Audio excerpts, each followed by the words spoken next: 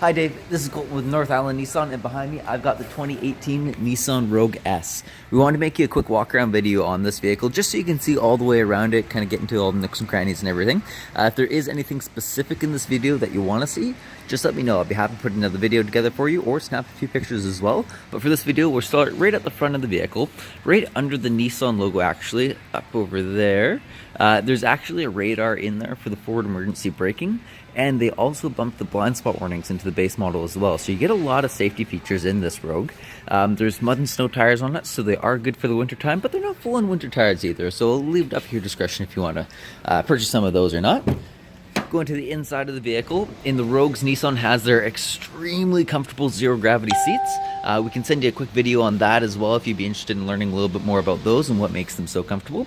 For features, there are power locks, windows and mirrors, cruise control, air conditioning, Bluetooth calling and audio, and I'll go into a few of the more features when I come around to the driver's side as well.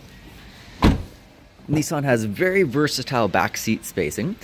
For this video, I've slid the far seat over there all the way forward, and so these seats are fully adjustable. So if you, as you see there, if you need more cargo area, you can slide the seat right forward.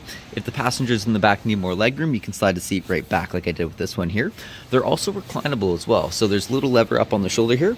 Pull that and you can actually recline it back a little bit further. So your customers get a lot of kind of different, or your passengers get a lot of choices with how they have their seating. It also does fold down quite flat as well. I'll go back to the cargo area now if that one seat folded down.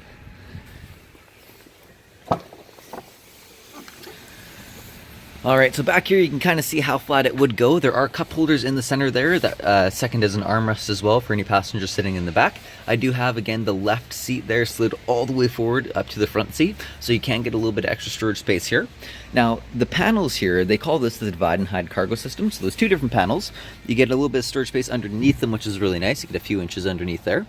And there's a few different ways to configure them as well. So the first one, of course, is just as it is now. You can hide some things underneath, anything that you might want to keep hidden or out of the sun as well, which is nice. But one of the first functions with this one is you can actually slide that platform straight up and down.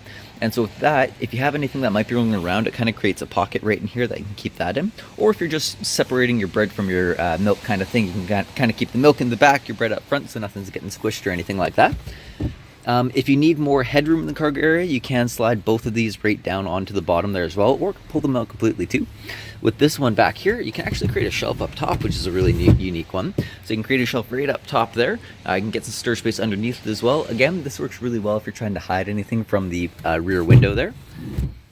And there are 4 tie downs back here as well. You can kind of see one up in the corner there, another one over there, and then there's 2 little ones back here. There's a little 12-volt plug in there too. So very, very versatile cargo system. I have a similar cargo system in my Qashqai, and I have a German Shepherd dog that rides on top of the platform, so they can take a bit of weight too, which is really nice. Try and give you a side view of the vehicle here. Alright, now going into the driver's side, I'll reiterate a few of the features real quick. We do have the power locks, windows, and mirrors all on the door there. The seats, it is manual control, but you can actually raise them up and down. Now jumping into the vehicle, on the steering wheel here, we have cruise control on the right-hand side and some radio controls on the left-hand side. There is a drive assist screen in front of the vehicle where you can see fuel economy, there's temperature, a few things like that. I'll start the vehicle up here real quick and we can take a look at a couple of those screens. In the center screen, while it's all starting up there, there is a backup camera that you can use when you go into reverse, which is a really nice one to have. There are heated seats in this vehicle as well. Those are positioned right in front of the center console here. In the drive mode here, so when you're in drive, there's actually a plus and minus just to the left, so you can manually shift through the gears. By just pushing it over, it puts you into the manual mode.